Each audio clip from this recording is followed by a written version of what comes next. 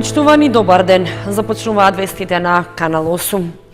Општина Кочани ги продолжува градежните активности за реализација на проектите за изградба и асфалтирање улици во градот и во дел од населените места. Со годишната програма за сообраќајната инфраструктура, годинава од буџетот е планирано да се инвестираат над 340.000 евра. Реализацијата на годишната програма за изградба и асфалтирање улици во општина Кочани тече интензивно, при што како приоритетни во моментот се влезени 6 сообраќајници во градот и во дел од селските населби. Викендов ќе заврши комплетирањето на улицата Георги Пулевски во Кочани, на која со асфалт ќе биде покриена површина од над 2600 метри квадратни. А од почетокот на идната недела, градежните активности се очекува да продолжат на улицата Блаже Поп Арсов. Таму претходно се бетонираа потпорни ѕидови и се постави атмосферска канализација. За асфалтирање е подготвена и улицата Кресненско во Стание, каде во должина од околу 230 метри е поставено одводнување, дренажа, решетка и шахти, а изведувачот Бони Интерград Балчтип ќе асфалтира површина од над 1500 квадратни метри. Според програмата за капитални инвестиции за оваа година, со средства од основниот буџет на општина Кочани е планирана изградба и на повеќе улици во селските населби, за што јавните набавки се веќе завршени. Тоа значи дека во наредниот период ќе започнат работите за асфалтирање на улицата Лазар Стоименов во Ризари со должина од 720 метри, а на поставувањето на 2 слоја асфалт ќе работи фирмата Стоименов од Кочани. Завршена е и тендерската постапка за улицата Михајло Арсов на влезот во селото Прибачево. Таму ќе се поставува асфалт на површина од 1600 квадратни метри. По завршувањето на тендерската постапка и изборот на изведувач на работите, се очекува наскоро и во селото Тракање да започне асфалтирањето на 3 крака од улицата Маршал Тито. Со програмата за изградба и асфалтирање на улици, годинава е планирано од општинскиот буџет да се потрошат над 21 милион денари. Комуналното предпријатие Водовод планира во наредните 12 месеци да потроши електрична енергија во вредност од околу 350.000 евра. Јавниот повик за набавка на струјата од слободниот пазар е веќе објавен, а количината што се планира да се потроши е на приближно исто ниво како и во изминатиот период. Комуналното предпријатие Водовод од Кочани планира да потроши околу 21 милиони 500.000 денари за набавка на електрична енергија за втората половина од оваа и првите 6 месеци од наредната година. Според пресметките, приближно толку пари се потребни за да се обезбеди непречено функционирање на работните единици што работат во негов состав. Предпријатието излегува на слободниот пазар на електрична енергија, откако се најде на листата на мали потрошувачи кои имале потрошувачка на електрична енергија поголема од 100 мегавати. Рокот на јавниот повик за набавка на потребните количини е веќе објавен, а според техничката спецификација се планира за 12 месеци да се потрошат 6000 мегават часови електрична енергија. Во споредба со изминатите 12 месеци, тоа е на приближно исто ниво.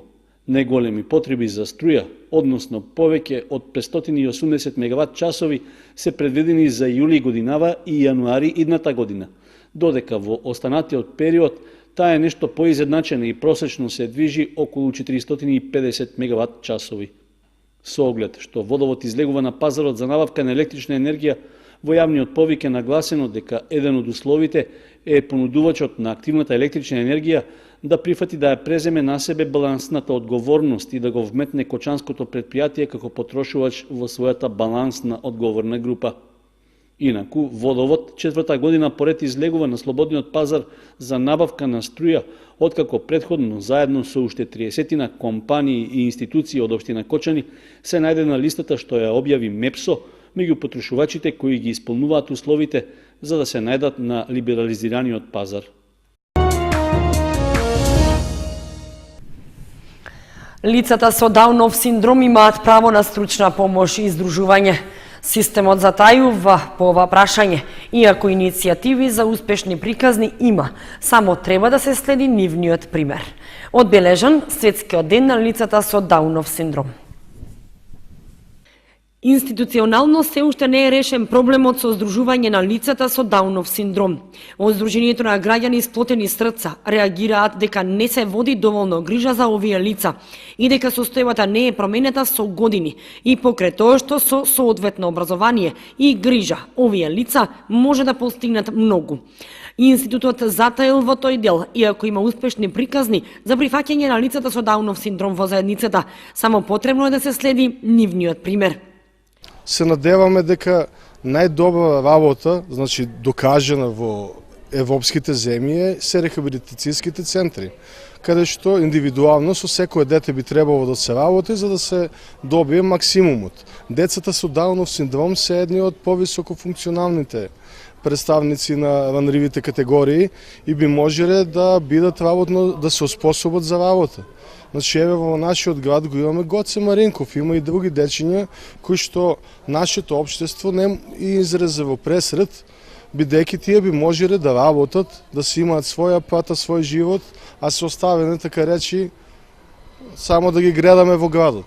Например, во Скопје има успешна приказна, во која што има кафич, во кој што лица со Даунов синдром се кевнери и шанкери. Значи, зошто тоа да не може да се примени и во Штип?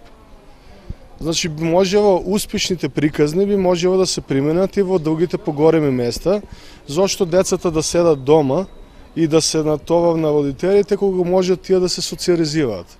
По два неуспешни обиди да се дојде до локација за реализација на проектот изградба на рехабилитационен центар, каде ќе се згрижат лицата со посебни потреби, за кои ова здружение има финансиска подршка и готов проект. Здруженијето размислува да купи собствено земјиште, каде ќе го изгради со донации. Имаме проект за градба, сега останува како што гледаме земјиште. Не очекуваме дека ќе ни биде дадено, планираме земјиште ние да си купиме, собираме донации и се надевам дека во скоро време конечно ќе си купиме земјиште, значи се ќе биде од нас. Инаку, по повод Светскиот ден на лицата со Даунов синдром, в недела на 24 март со почеток од 11 часот во градскиот парк во Скопје ќе се одржи хуманитарна трка за деца со Даунов синдром.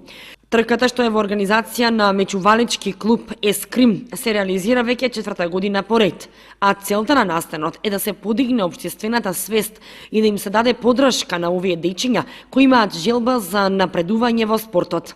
Средствата собрани од котизацијата ќе бидат наменети за доопремување на дневниот центар за лицата со Даунов синдром. Инаку, на трката може да се пријават лица со Даунов синдром од сите градови. Се бараат млади креативни уметници кои со својата инспирација и креативност ќе разубават фасадата на Штипскиот дом за млади. Конкурсот е се уште отворен и ќе трае до крајот на април, а може да се пријават уметници и од Кочани и другите градови од Република.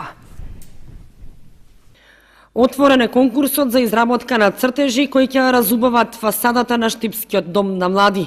Нема ограничување во поглед на креативноста и видувањата на младите уметници на темата на која ќе работат, насловена Мојот дом. Домот на млади ќе ги мотивира младите уметници со материјали за работа и хонорар. Може да се пријават уметници од сите градови. Можат самите уметници да бидат креативни, оставивме повеќе место за да можат да создадат свои дела кои што ќе мислат дека ќе бидат достојни за фасадата на дом на млади.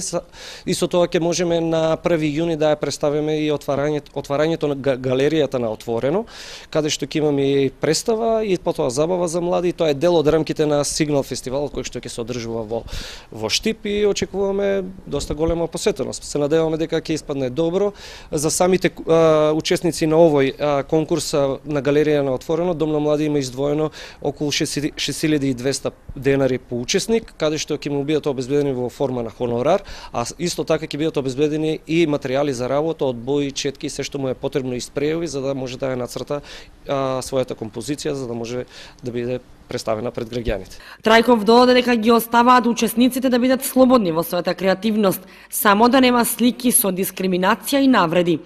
Тој додава дека досега се пријавиле повеќе од 20 учесници, но и дека очекува бројката да се зголеми, бидејќи рокот за пријавување на конкурсот е до крајот на април.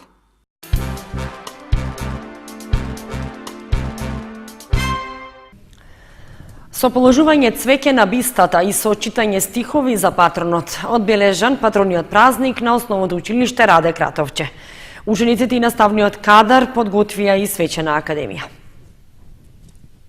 Со положување цвеќе на бистата во училиштето и во паркот на Револуцијата и основното училиште Раде Кратовче го одбележа својот патронен празник.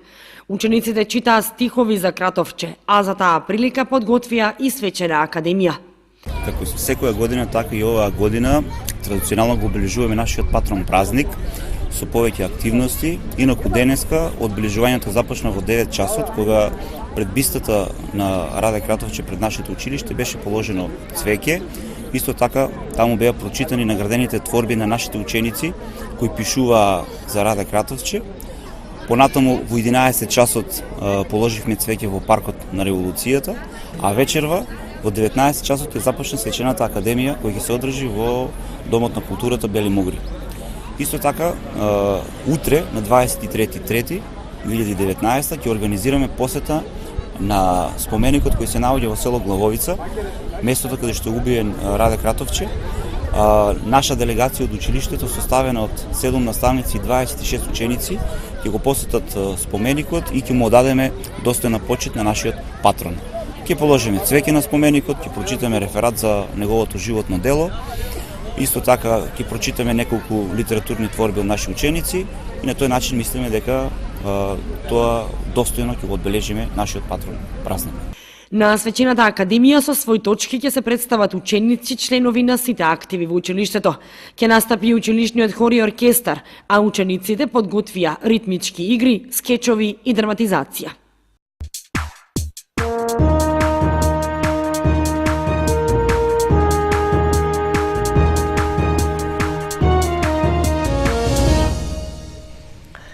Следува информацијата од спортот. Членовите на планинарскиот клуб Осогово ќе се приклучат кон одбележувањето на годишнината од смртта на правоборците Љупчо Сантов и Раде Кратовче. Во план е организирање планинарски марш до Главовица, односно до споменикот на местото на нивното загинување. Спомен обележието на местото каде што пред 75 години загинале правоборците Љупчо Сантов и Раде Кратовче, годинава ќе го посетат кочанските планинари, членови на планинарскиот спортски клуб Осогово. Се работи за активност планирана во годишната програма за работа на клубот, а планинарскиот марш е планиран за внедела 24 март. Поради тоа од клубот ги повикуваат сите граѓани, рекреативци кои сакаат да им одадат почит на нашите правоборци да се пријават за учество на маршот. На тој начин ќе се овозможи достојно одбележување на настанот во кој тие биле предадени и обколени од фашистичкиот окупатор на 23 март 1944 година, при што во борбата ги изгубиле животите. Скромниот споменик на Сантов и Кратовче е поставен пред повеќе децении во близина на планинското село Главовица, а до сега немаше никакви интервенции за негово одржување, а поради временските услови се наоѓа во незавидна состојба. Инаку, за да стигнат до споменикот, се планира планинарите да пропешачат рута во вкупна должина од околу 20 км, која се смета за средно тешка, а за што ќе бидат потребни околу 6 часа. Тргнувањето на маршот е од градскиот парк од 6 часот наутро, со организиран или собствен превоз, а стартното место е во местноста Крушка на 900 метри надморска височина, пошто ќе се пешачи преку селото Небојани до Главовица и назад до селото Крушка. Заинтересираните за учество на маршот неопходно е претходно да се пријават кај председателот на планинарскиот спортски клуб Осогово Тошо Антов.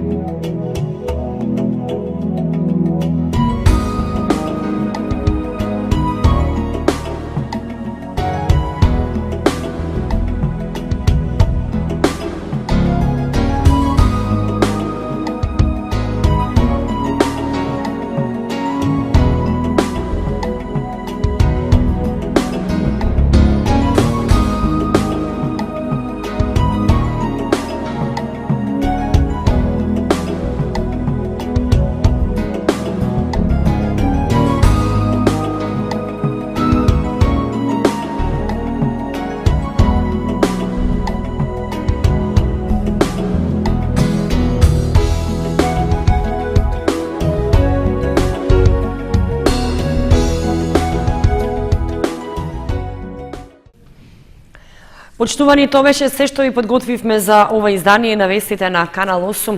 Имајте пријатен викенд. Довидување.